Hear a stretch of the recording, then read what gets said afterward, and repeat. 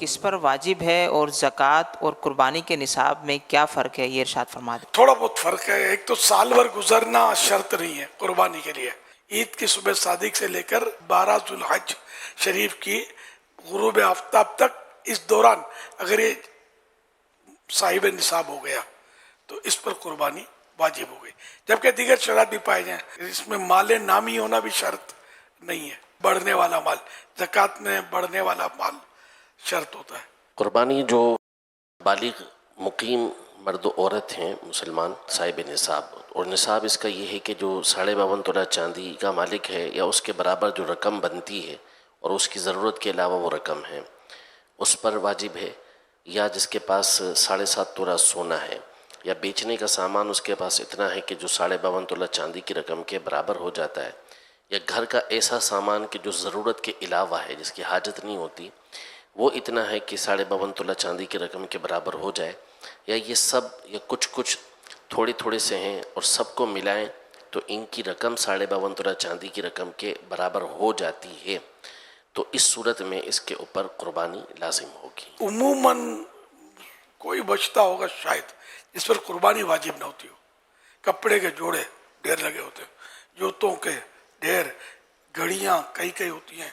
اچھا، اور اس کے علاوہ دیکھا جائے تو رومال، تو تولیے، یعنی کہ اتنی چیزیں ہوتی ہیں جو ضرورت سے زیادہ ہوتی ہیں. اب مثال کے طور پر ایک چشمہ کافی ہے، اینک. فیشن کا یہ چشمہ لیا، فیشن کا وہ چشمہ لیا اور استعمال نہیں ہو رہا، رکھا ہوا ہے. اس طرح کی بعض اوقات چیزیں ہوتی ہیں. موبائل فون ہے، 2 ہوتے ہیں، کسی بات 3 ہوتے ہیں.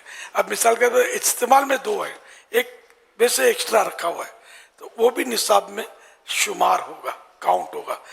اسی طرح سائیکلیں، اسکوٹریں، کاریں. تو اب جو استعمال نہیں ہو رہی، کار ہو، سائیکل ہو یا اسکوٹر ہو یا کوئی ٹی وی کا کھوکھا رکھا ہوا ہے، استعمال نہیں ہو رہا لیکن ہے، مطلب اس کی ویلیو ہے، یہ پھینکنے کا نہیں ہے، کام کا ہے. یہ سارے بھی یعنی اس میں بھی یہ کاؤنٹ ہوں گے. اور اگر یہ بھی نصاب کی قدر اور کچھ رقم ہے اپنے پاس تو وہ بھی سب مل کے 52.5 تولے چاندی کی رقم کے برابر پہنچ جائیں گے، تب بھی قربانی.